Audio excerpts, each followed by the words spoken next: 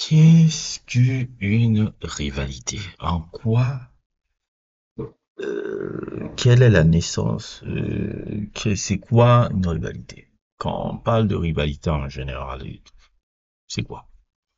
Parce que souvent les gens pensent qu'une rivalité, c'est deux personnes, comment on appelle ça, qui compétit et qui essayent de gagner par rapport à l'autre et qu'ils ont le même, comment on appelle ça, le même degré de production en fait et tout.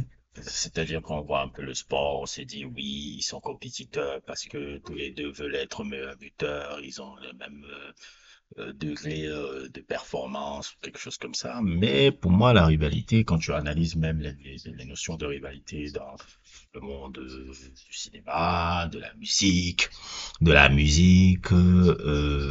comment on appelle encore ça? Le monde du cinéma, le monde de la musique, le monde de la littérature, et même celui du sport qui nous intéresse ici, les rivalités proposent sur ça.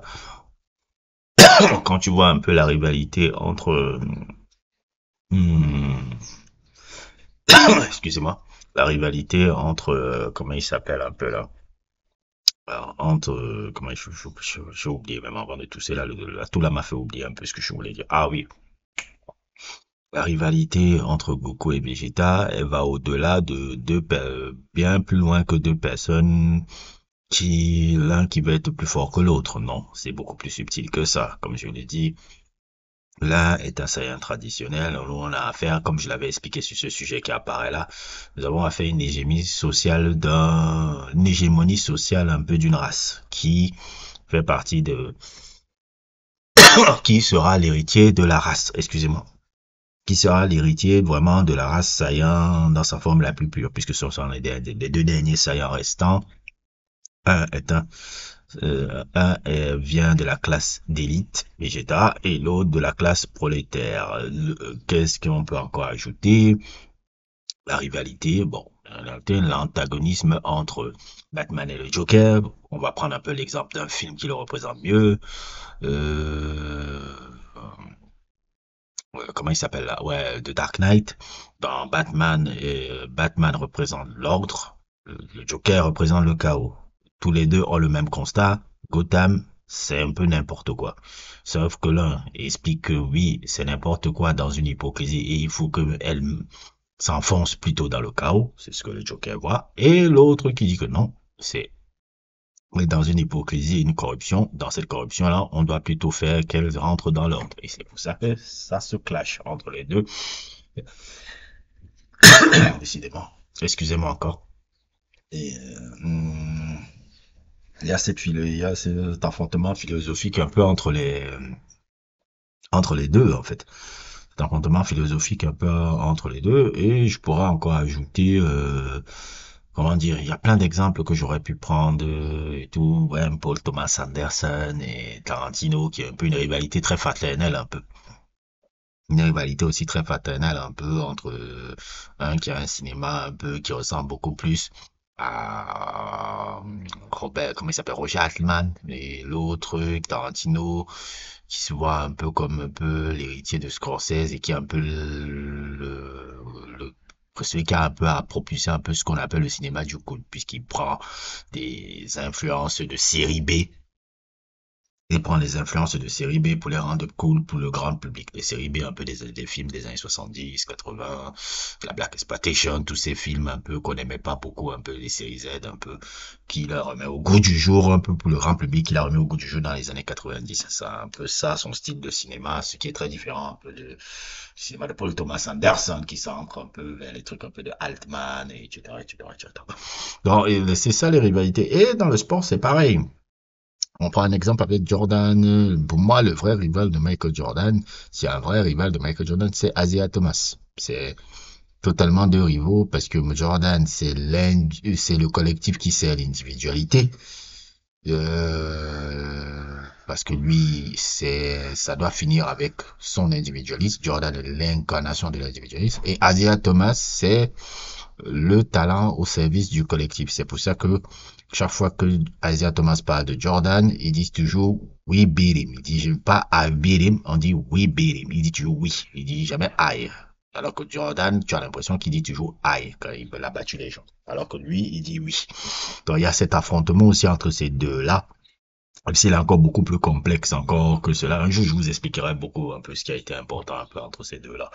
Et pourquoi même Jordan toujours a un peu, toujours la dent dure contre ce gars-là. Et tout. Et on va encore ajouter et voilà et tout. Et puis maintenant, la naissance de la rivalité qui nous concerne aujourd'hui, celle de Mbappé et Lamine Yamal. Et pourquoi je parle de ça? Parce que ce qui m'a inspiré un peu ce sujet, c'est deux articles que j'ai vus là. Cette série d'articles, on va dire un peu cette série un peu de trucs, où Lamine Yamal un peu parlait globalement un peu de ce qu'il veut faire un peu sur la saison, comme vous le voyez là. Et il disait, oui, mon dentiste, blablabla, bla, bla, bla. Mais ce qui m'a beaucoup intéressé, c'est la partie où il dit, if Barca win every title this season, the Ballon d'Or is the last thing I will worry about. What would you choose between the domestic double and the Champions League? Our goal is win the treble, but if I had to choose, I would choose the Champions League. Lamine Yamal encore. I mean, I'm only thinking of finishing the season with titles. I won't talk about the contract renewal until the end of the season. Par contre, quand tu vois au même âge Mbappé, comme vous pouvez le voir sur le truc de l'écran, c'est Mbappé en 2018, quelques mois après avoir gagné la Coupe du Monde, il a à peu près le même âge que Lamine Yamal à cette époque-là. J'ai mis tous les ingrédients de mon côté pour remporter le Ballon d'Or. Voilà le discours global de Mbappé et tout. Et comme d'habitude, et c'est ce qui est marrant un peu, ces gars se sont affrontés depuis 2024 et 2025. Un peu, c'est courant un peu de ces 6 derniers mois. Ces gars se sont affrontés peut-être 4-5 fois. 4-5 fois, on va dire. Une, deux... Ils se sont affrontés combien de fois déjà? 3, 4 fois? 4 fois, hein, on va dire, ça fait un, deux, ouais, on va dire 3 à 4 fois. Ils ont eu 3 ou 4 participations. Et Mbappé a toujours perdu contre Lamine Yamal, contre l'équipe d'Espagne, en demi-finale de l'Euro, la fessée du Barça qu'ils ont pris contre les deux fessées du Barça, haute et tout. Lamine Yamal était encore très prépondérant dans ces matchs-là. Et tout. Et pourquoi je vous montre ça? Parce que pour moi, Lamine Yamal, Mbappé, c'est un peu véritablement la véritable rivalité qu'on aura dans le football moderne. Beaucoup de gens pensaient que c'était Mbappé et Haaland, et pour moi, je ne regardais pas c'est vraiment comme une rivalité vraiment palpable, parce que les gars, ils posent la même philosophie de quelqu'un. Le héros qui est Cristiano Ronaldo, même si Haaland a encore d'autres héros qui sont Micho et Mbappé a d'autres influences que sont Thierry Henry, etc., etc.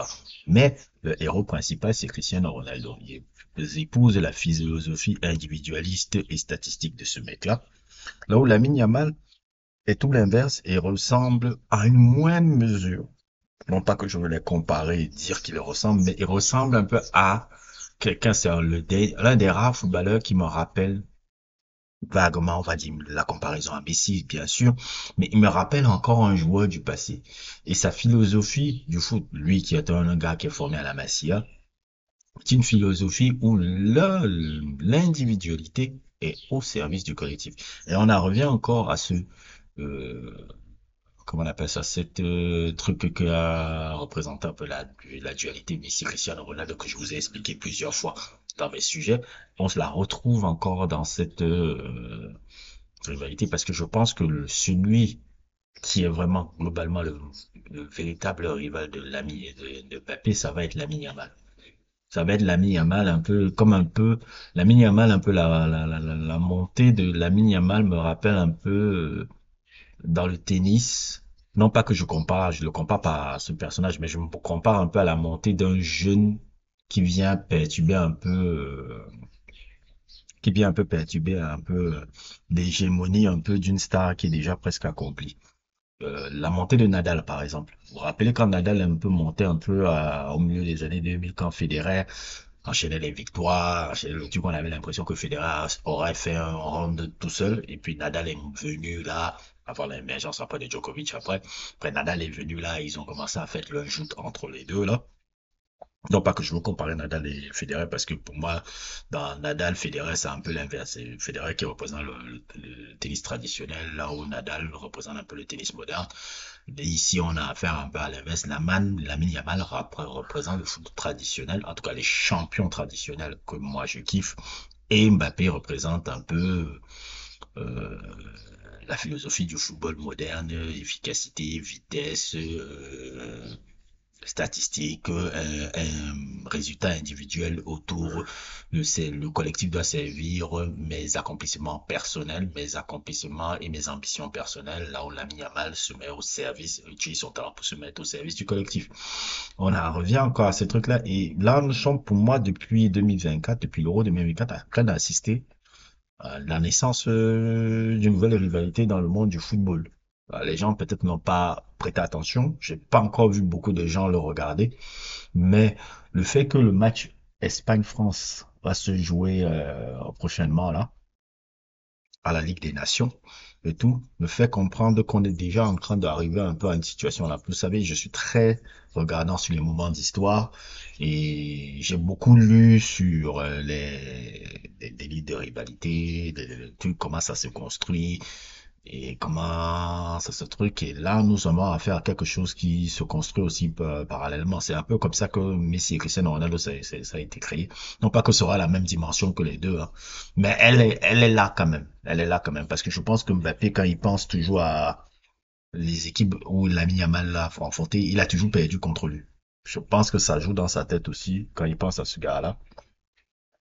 Et ces deux stars-là proposés, parce que quand je regarde ce que Lamine Yamal fait en ce moment et quand je regarde ce que Mbappé fait en ce moment, nous sommes en train d'avoir un affrontement. L'un joue au Barça, l'un joue au Real. On avait le tube, l'un joue pour l'équipe d'Espagne qui pratique un certain football, l'un joue pour l'équipe de France dont dans l'équipe nationale pratique aussi un football qui, bon, vous savez ce que j'en pense. Nous allons faire peut-être une future très belle rivalité football mondial qui arrive là. Et c'est intéressant un peu à dire parce que je cherchais à savoir s'il y a des gens qui ont capté ça comme moi. Je dis pas que je fais forcément le truc, mais j'ai l'impression que ça va être la finalité de ce truc et ça va être très intéressant et que le match Espagne contre la France en demi-finale de l'UEFA Nation va un peu montrer ça aux gens, je pense.